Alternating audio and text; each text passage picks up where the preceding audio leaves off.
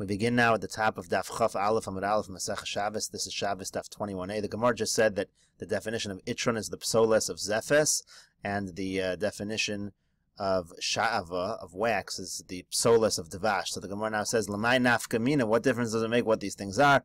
Lamekach umemkar, for buying and selling. Rashi explains, Lamekach umemkar, Laman Demasni Lamizvan Shaiva, Leisiv Le, Psulta Deduvsha, somebody who wants to buy Shaiva, so then now we know that what are we going to give him? We're going to give him the psolas of Devash. The Gemara now continues at the two dots. Tana Rabban, we learned in a brisa, Kol elu she'amru ein madlikin ben b'Shabbos. All of these different items that we said you're not allowed to use to light on Shabbos with, aval osen mehen medura, you could use them for a bonfire.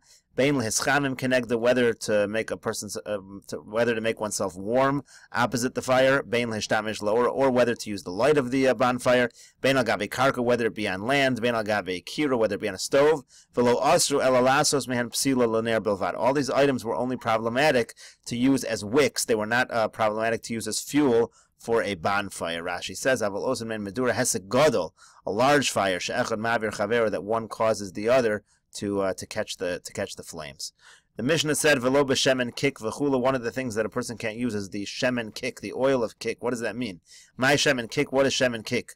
Amar Shmuel. Shmuel says, "She'iltinu l'chol nechusa yam." I asked all of the seafarers what this item was. V'amru li, and they said to me, "Of echad yesh bekrachei hayam v'kik shemo." There's a certain bird in the faraway sea, and the name of this bird is a kik, and that bird produces this oil. Rav Yitzchak B'rei Rav Yehuda Amar, Rav Yitzchak the son of Rav Yehuda says, Mishcha de Ka'aza. It refers to the oil of cotton. Rashi explains that cotton has there are certain seeds inside the cotton that create this oil.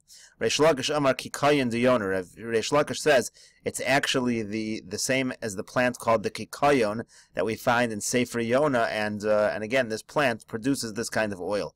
Amar Rabba Bar Chana, Rabba Bar Chana said, L'didi chazi li kikayon de Yonah. I saw this kikayon of Yonah. V'litz luvisa dami, it's a certain kind of plant.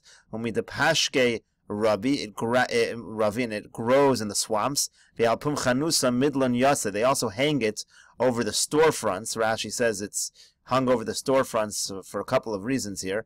Alpum hachanus madlan oso letzel ulereach tov. It's hung over the storefronts for shade, and it also has a good smell. And then also, umi partzi dohi avdi mishcha. He says from the pits of this kikayon you can actually make oil. Uvanfoe naichon kol briche de marova. And under its branches, all the sick people of the west, they reside under its branches. Amar Rabba says, Psilos she'amru chachamim ein madlikin ben b'Shabbos. When the chachamim said there are certain wicks that you can't use on Shabbos, why is it that you can't use them? We mentioned this when we quoted the Mishnah, or when we read the Mishnah, or misachseches ben, because the light, the flame, it flickers on these wicks, and therefore we're afraid you're going to tilt it, you're going to move it around on Shabbos in ways that are not allowed. Shemanim she'amru chachamim ein madlikin ben, also the oils which the chachamim say a person can't light with, mimnei she'ein nimshachin achar psila. These oils, they don't draw properly after the wick, so the same reason why they can't be used on Shabbos. So Abaye asked Rabba the following question: if you have these oils that the Chachamim say you can't use on Shabbos for fire, what would be the halach if a person put in some kosher oil and lit? So it was a combination essentially of this oil that's not allowed, but with other oils that are allowed. Do we make a gezerah that the person's going to end up using it without doing the proper mixture, or not? You see from the way that the Gemara is asking the question, it seems that the person intends on adding enough good oil that the flame is not going to flicker, it's not going to cause any problems, but we're afraid maybe we should make a gezerah that the person will forget to add these other oils, and then it will be a problem. So he said, Amar Le said, Ein madlikin, you can't light.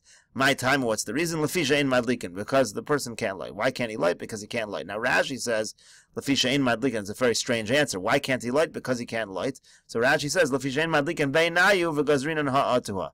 It means since you can't do it when it's not mixed up with other things, so therefore you can't do it even when you mix it. That's what he meant to say, that we essentially make the gezer. There are other opinions of what he means, Lefisha ein madlikin, what he means when he says that the reason we can't do it is simply because we can't do it. Gemara continues.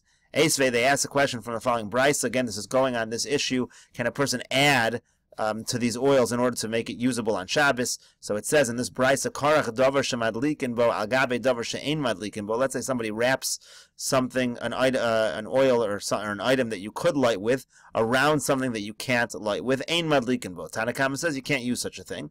Rabbi Shimon Gamliel shel beis Abba, or Amar Rabbi Shimon Gamliel says shel beis Abba he'll karchen psila gabe egos umadlikin. In my father's house, they actually used to do this. They used to wrap a wick around a nut, and they used to light the flame.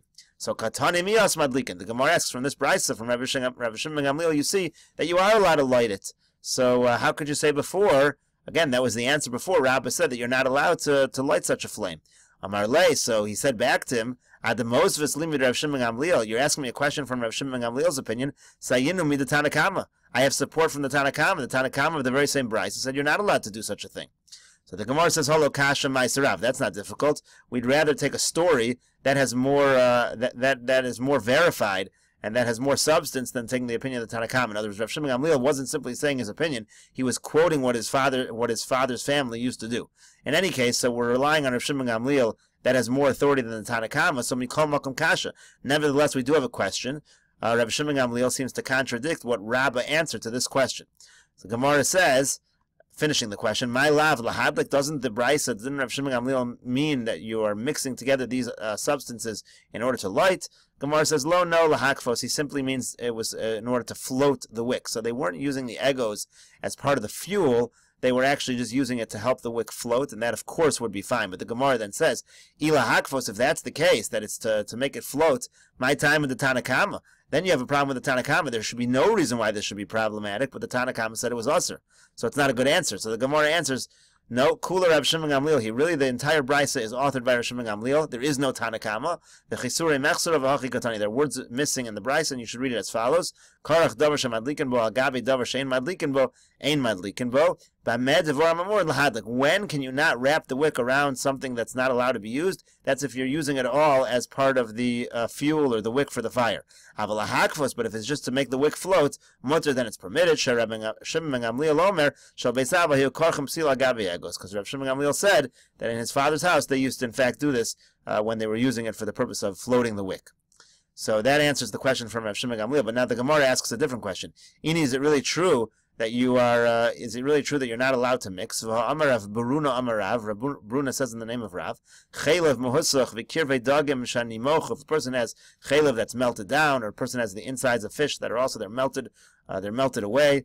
Adam no sein lasocha shemen kol shu madlik. Rav says beferish that a person can put some oil in there and light. So apparently you are allowed to mix oil together with something that doesn't light properly. So how could Rabbah say it was forbidden? The Gemara answers, no, hani mimshachi beinayu, v'hani lo mimshachi beinayu. Really, these items, they really do work on their own. Meaning the chaylev mohusach, the kirvei dagim shani mochu, they really do on their own. They really could be a good flame. And it's only when it's not melted properly that it doesn't do that. V'gazu rabbanon al chaylev mohusach mishum chaylev she'ena mohusach al kirvei dagim shani mochu mishum kirvei dagim shaloni mochu. What happened is that the rabbanon just made a gezerah that you shouldn't use melted chaylev because of chaylev that's not melted. You shouldn't use the insides of fish that are, again, the same idea that you shouldn't use them if they're melted down because of ones that are not melted down. So that was just simply a decree. So now if you mix it together with oil, it's going to be fine. The Gemara says, why is it fine? V'ligzor nami chaylev mohusach v'kirvei dagim shani mochu shenasan l'sochan shemen mishum chaylev mohusach v'kirvei dagim shani mochu shelo nasan l'sochan shemen. Why should it be any better if you mix oil? Just like when you don't mix oil in it, it's no good because we made a gezerah. Even when you mix oil, it should be a problem. The Gemara answers simply, he gufa gezerah. The whole thing that you can't use chaylev mohusach and kirvei dagim shani mochu, that's all a gezerah. That's all just a decree. You think we're going to add another decree to the decree? So in other words, the whole problem over here with chaylev mohusach, it's not be'etzim a problem. It's just something that we're worried you're going to get confused between chaylev mohusach and chaylev that's not mohusach, etc. So that will do. But then to also say you can't add oil to the chaylev mohusach, that you can't add oil to the kirvei dagim shani mocha, that we're not going to do. In any case, it's not a question it's not a problem with Rabbah's original psak.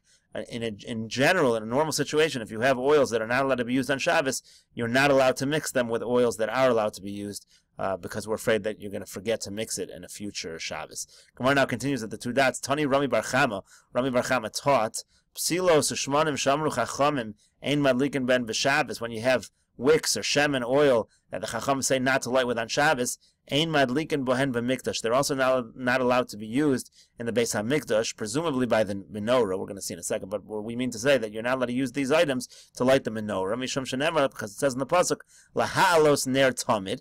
It says that you're going to light this constant candle. So what kind of source is that? Hu tani lav hu amar la. He taught it and he explained it. So Rami Bar Chama not only brought down this brisa, taught this brisa, he also explained the brisa that the pasuk means that the flame has to be able to work independently. It can't have something else assisting it. So therefore, these wicks and oils, which really don't work on their own, they need other things to assist them, are not good for lighting the menorah. So the Gemara now asks the question. Tonight we learned in the Mishnah, Mibali mechnasei kohanim umemneim hayu mafkiin umehen madlikin. So it's saying from the pants that the kohanim wore, from the belts that they wore. So from the worn out cloth essentially. So in these, Rashi points out these items we're talking about, they're made from kilayim, and so one of the items over there, when it's made from kilayim, the wool. So that wool is something that's not, we said before, that tsemer is one of the things that's puzzle. It was hosifu alein shel tsemer lipsul. They said that tsemer is one of the things that's not allowed to be used on Shabbos. So these items, these mechnasei kohanim, are made of kilayim. They have wool in them, and yet it says you're allowed to use them in the Beis HaMikdash. So the Gemara answers Simchas Beis HaShuei Vashani. This was not talking about the flames that were used in the menorah. This was talking about the fire that they lit to celebrate at the Simchas Beis HaShoeva. There's no pasuk there that says lahalos, and therefore that's not included in the same rule. You certainly could use the mechnasei, the mevali mechnasei kohanim, etc., to light these items. Tashma bring another proof. The Tani Rabbi Bar Masna. Rabbi Bar Masna brought down the following brisa: Big day kahuna shebalu mafkiin osan umehen hayu osim psilos lamikdash. This is much more clear. It says that from the big day kahuna, again presumably kilayim, you're allowed to make wicks for the Beis HaMikdash, even for the menorah. The Gemara says, "My lav de kilayim." Aren't we talking about the clothing of the kohanim that were made from kilayim? And the Gemara says, "Lo de butz." There were some clothing that were actually made only out of linen. Those clothing that were only made out of linen, that's what you're allowed to use for the menorah, but you're certainly not allowed to use if it has wool. Gemara now continues at the two dots at the bottom of the page. Amar Rav Huna says, "Psilos shmonim shamar chachamim ein madlikin ben v'Shabbos." Those wicks and those oils that you can't use on Shabbos, ein madlikin behen v'Chanukah. You're not allowed to use them for Chanukah candles either. Bein v'Shabbos, bein v'chol. Whether it's Chanukah, Shabbos Chanukah, or whether it's regular weekday Chanukah. Now these are different halachas here that we're talking about. So the Gemara explains. Amar Rava says, "My time with the Rav Huna." Why is Rav Huna so strict that he says you can't use these not only on Shabbos Chanukah, you also can't use them on Chanukah during the weekday? The answer is it's a combination of two piskei halacha of Rav Huna. Kasavar kavsa zakukla. Number one, Rav Huna holds that if the candles of the menorah go out on Chanukah, you have to relight it. So that means essentially, Gemara will deal with this more in a moment on the next daf, but that means essentially that you need to light a flame that's going to last the proper amount of time. Kavsa zakukla. So therefore, these wicks and these oils that are not allowed on Shabbos, they don't last very well. So that's a problem even on weekdays. And also, umutter l'shtamish lower. Second, it's mutter to use the candles of Chanukah for a person's own benefit, and therefore on Shabbos it's going to be a problem because you're going to use the Chanukah candles for your own benefit, and you might end up tilting it, like we said, for all candles that you use on Shabbos.